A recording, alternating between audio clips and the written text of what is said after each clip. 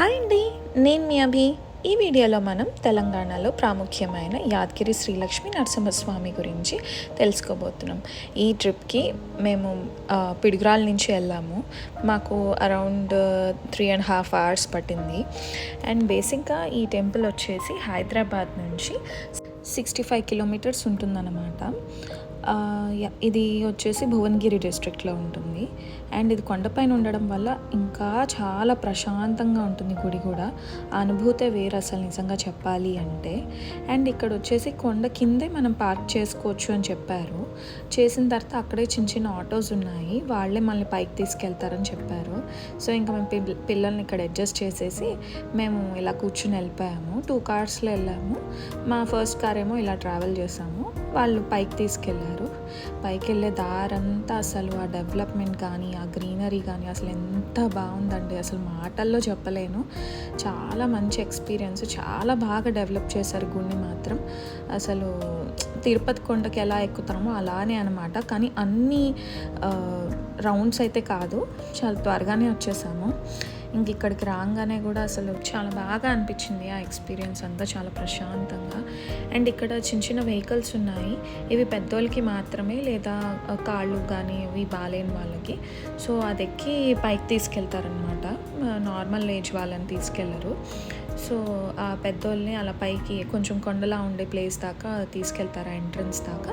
ఇంకా అక్కడి నుంచి మామూలుగా నడవడమే. అండ్ ఇక్కడ అంతా కూడా పార్కింగ్ పెట్టుకునే స్పాట్ ఉంది, బట్ ఓన్లీ స్పెషల్ పీపుల్కి అనుకుంటా. టైమింగ్స్ వల్ల లేదో దేని వల్ల రీజన్ నాకు గుర్తులేదు కానీ, బట్ స్పెషల్ టికెట్స్ అయితే లేవన్నమాట ఆ రోజు. సో ఇంకా నార్మల్ టికెట్స్ తీసేసుకొని మేము గుడి లోపలికి వెళ్ళిపోయాము.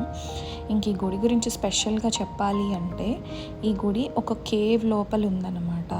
స్వామివారిని ఇగో ఇక్కడ మీకు జూమ్ చేసి చూపిస్తున్నాను, అందులోకి వెళ్ళి చూడాలన్నమాట, ఆ గృహలోకి వెళ్ళి. అండ్ ఆ లోపలంతా కూడా చాలా బ్యూటిఫుల్గా అసలు చాలా బాగా డెవలప్ చేశారండి గుడిని మాత్రం.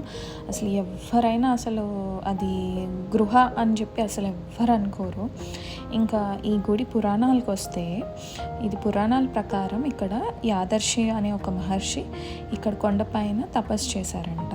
ఆయన భక్తికి మెచ్చి నరసింహస్వామి ఇక్కడ ప్రత్యక్షమయ్యారంట. సో అప్పుడు స్వామివారు 5 రూపాల్లో దర్శనం ఇచ్చారంట. జ్వాల, యోగానంద, ఉగ్ర, గండభేరుండ, ఇంకా నరసింహస్వామి కింద ఇచ్చారటండి. అండ్ ఈ గుడి స్పెషాలిటీ అయితే ఆ స్వామి మనకి ఆ గృహలో ఉండి మనకి దర్శనం ఇవ్వడమే. అసలు ఆ గృహలా కూడా అనిపించలేదండి ఆ లోపలికి వెళ్ళినప్పుడు. అండ్ ఇదంతా కూడా చాలా రీకన్స్ట్రక్ట్ చేశారంట ఈ గుడినంతా. ఒక ద్రవిడియన్ స్టైల్లో చేశారు, రాళ్లతో చెక్కి ఇదంతా చేశారన్నమాట. అది చాలా అందంగా కనిపించింది అండి. ఒక్కొక్కటి కన్స్ట్రక్షన్ చూసే కొద్దీ చూడాలనిపిస్తూనే ఉందన్నమాట. ఇక్కడ చాలామంది భక్తులు కూడా వస్తారంట. అసలు ఇక్కడ నమ్మకం ఏంటి అంటే, స్వామివారిని మనము భయంతో కాకుండా ఒక శాంతి ఫీలింగ్తో చూస్తామంట. సో అంతకన్నా ఏముందండి, మనకు ఆ ప్రశాంతతే కావాలి కదా గుడికి వెళ్ళినప్పుడు. గుడి లోపలికి అయితే ఫోన్ అలౌడ్ లేదండి, అందుకనే నేను లోపలిది ఏ వీడియో తీయలేదు.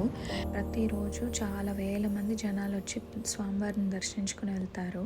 ఇంకా బ్రహ్మోత్సవాలు, నరసింహస్వామి జయంతి లేదా వైకుంఠ ఏకాదశి రోజు అయితే చెప్పే పనే లేదండి అసలు. ఇంకా మాకు కూడా ఇంటికి వెళ్ళే టైం అయిందండి. ఎప్పుడు మా పెద్దల్లుడు డైరెక్ట్ చేస్తాడనమాట, ఈసారి మా చిన్నల్లుడు డైరెక్ట్ చేస్తున్నాడు. అందరికీ స్వామివారు అమ్మవారు ఆశీస్సులు ఉండాలని కోరుకుంటూ సర్వేజన సుఖినో భవంతు.